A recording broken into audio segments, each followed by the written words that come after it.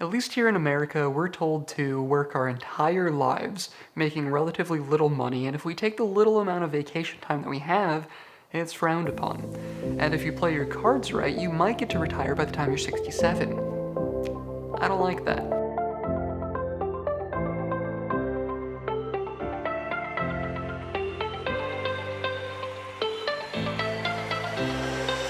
Last week we talked about retiring by age 67, and I don't know about you, but I don't want to work until I'm 67. Working because I have to is a lot worse than working because I want to. I love my job. I would probably continue working my job even if I had the financial situation to retire. But I don't want to have to work to make ends meet. So I'm going to retire as soon as I can, because retirement isn't an age, it's a financial status. And if you missed the video last week, go watch it. But you have to have a certain amount of money at a certain age to retire. It's a financial status. So if you're retiring at 30, you need significantly more money to keep you alive than if you're retiring at 67. So let's talk about how to retire early. The first thing you have to do is define your retirement. Are you gonna live in a cabin in the woods? Or are you gonna live in a penthouse in New York? One's a little bit easier on your budget than the other. Are you going to continue working part-time or even full-time after you retire? Do you have people that you need to take care of financially? All of these different factors are going to determine the amount of money you need at whatever age you want to retire.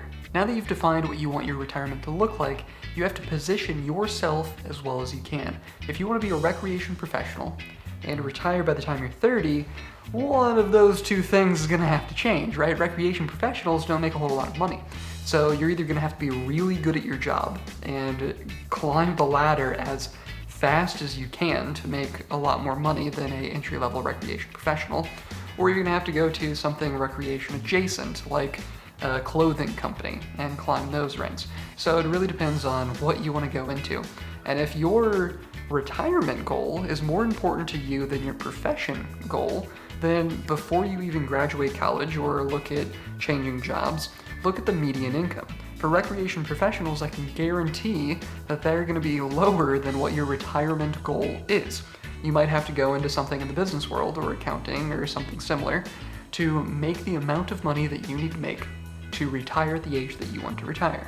Alternatively, you can have more than one job and have more than one source of revenue. So me as a recreation professional, I'm very happy at my government job, but it doesn't make the amount of money that I need to be making to meet my financial goals. So I have started building alternative sources of revenue. Now, if those alternative sources of revenue don't work out, then yeah, in the future I will look at exploring different options to my primary source of revenue. Now that you position yourself and you're making the amount of money that you need to be making, you need to be saving money. Someone making $100,000 and saving $5,000 is significantly worse off than someone making $40,000 and saving $10,000. That's 5% compared to 25%. This person making less than half of example A, they're gonna retire so much faster, even though they're making half as much money, purely because they're saving more money. It's not about how much you make, it's about how much you save every single month. To save as much money as possible, you need to be tracking your expenses to understand what you're spending money on. You need to budget those expenses so you keep yourself in check. And lastly, you need to optimize that budget to cut out all of the frivolous spending that you don't need to have in there. And the second part to saving more money is avoiding lifestyle inflation. Naturally, the more money you make, the more money that you spend. You buy the fancy car, you buy the things that you don't need. Example A, making $100,000 and spending $95,000, I can guarantee that person has a lot of frivolous spending. I'm in my fourth or fifth professional year, and I still to this day have people tell me that I live like a college student, and I love that. I've been living like a college student to save money since before I was in college.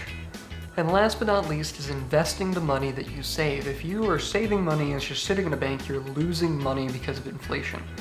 What you need to be doing is investing that money into various assets, and that is a whole video in and of itself.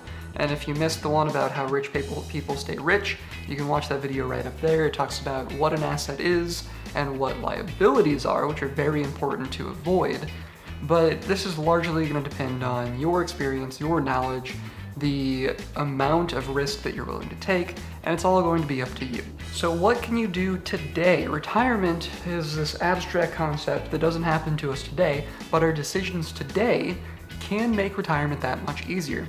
Me not going out to eat and spending the $15 today, by me putting that $15 into my retirement account, I'm actually making $500 in the future, because last week we talked about how crazy compound interest is. That's what we need to make it work. You aren't going to save $2 million, you're going to invest $2 million, and compound interest is how that's going to happen. So your micro decisions today are going to affect you 50 years in your future. So we need to be considering our decisions today. If you enjoy personal, professional, or financial development, go ahead and hit that red subscribe button down there.